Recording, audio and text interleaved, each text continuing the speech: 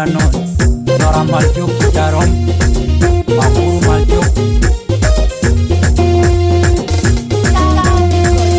Here the Yugutan weka, Kacheria Medi, Yanka Yugutan weka, Kacheria Medi. Here the Yugutan weka, Kacheria Medi, Yanka Yugutan weka, Kacheria Medi. Here the Yugutan bring them wall like Jenyor, Okolare, call me you what, Kumanum Madudi, Will Mariam and Will Kankega Mukian, Yang Winnie Medi, Yang you to the Benny, then wall like Jenyor, Okolare, may job when you call me you what, Kumanun Madudi, Benjamin Will Mariam and Will Kankega Mukian, Yang Winnie Medi.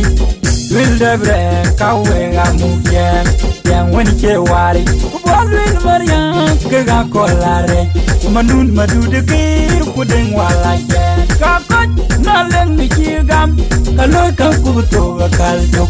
The Lord will Maria Kagakolare.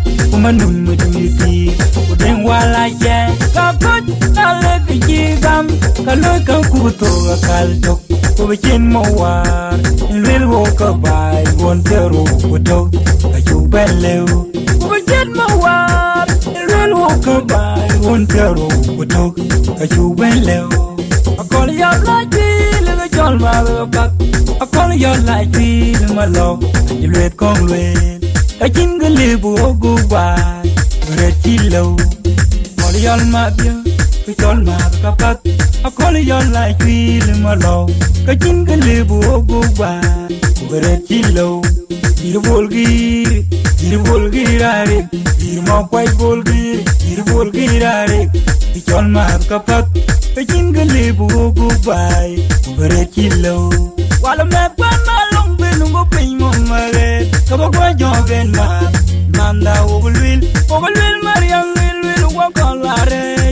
Akolare ma jok manun madur kir wala me kwana long pinungo pingo mager den wala chen yo beautiful girare akol yal la jil wala me kwana long pinungo pingo mager.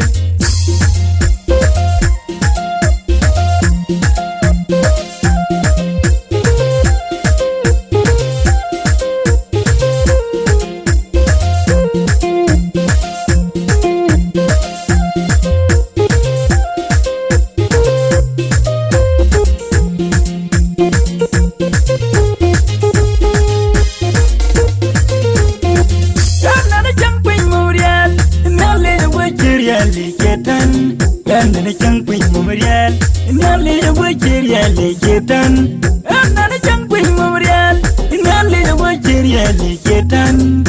Yelling your legend a young and a queen moon. Yelling your legend a young and a queen moon.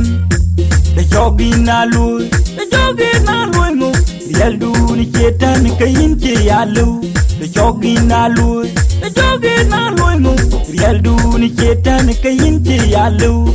Kudun keriyal ketan kugedia keriyal nyali kudun keriyal ketan kugedia keriyal nyali yal nyali ga jepon keriyal ketan yal nyali ga jepon keriyal ketan jaloy kubalu yang telegan yaber kayen ba pingi an buru kiringa konanu mari mumkimene den jaloy kubalu yang telegan yaber kayen ba pingi and Burujan Angakon and Mari Mumchimideng in Bayup, we in Bichiri and John Wan Kinyali, Gadan Mari Mumchimideng in Bayup, we in Bichiri and John Wan Kinyali, Gadan Mari Mumchimideng. I call your Miran Kinlori Lennon, I call your Miran Kinlori Lennon, I call your Lagil Miran Kinlori Lennon. I call your leg, it uncan when metin the Pujanen. I call your leg, it uncan when metin the Pujanen. And a mouth get a coy, and a mouth get by, and a mouth get a coy, and a mouth get by. The father alone, Akaka koi ni pori jamin banya kol kol Pedro loy Akaka koi ni pori jamin banya kol kol Banya kol Yin banya kol Marial bilin banya det pori madi Ani mumbu kang mar Kapade kay loy Banya kol Yin banya kol Marial bilin banya det pori madi Ani mumbu kang mar Kapade kay loy Manda wo Marial bil ma pera I call my bad boy, Mama woman, I'll be my bed. I call my bad boy, and a mask give away. And my vocal power, and a mask give away. Hear my auntie, and a mask give away. Hear my young, and a mask give away. And my vocal power, and a mask give away. Hear my auntie, and a mask give away. Hear my young, Manda woman, young, I give man, I will be Kajapung.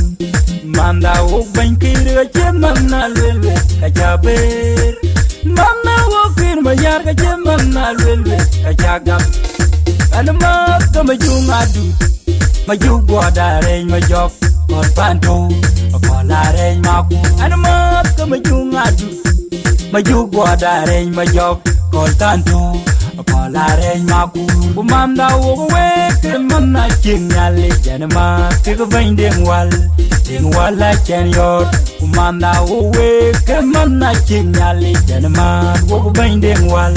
In wala chen yor, banyiding wala chen yor. Omat kyo bawatong makol, yan pin well mum. Banyiding wala chen yor. Omat kyo waikit pairan mun me kubagat. Banyiding wala chen yor. Omat kyo bawatong makol, yan pin well mum. Banyiding wala chen yor.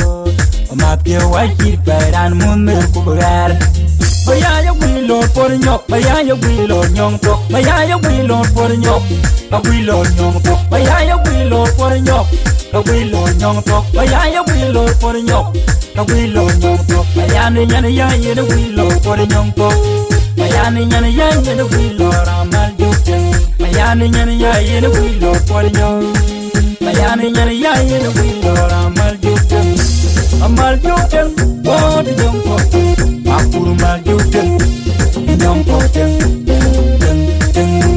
Amaljok, what a young poet, Makur Amaljok, what a young poet, Makur Amaljok, young poet, Makur Amaljok,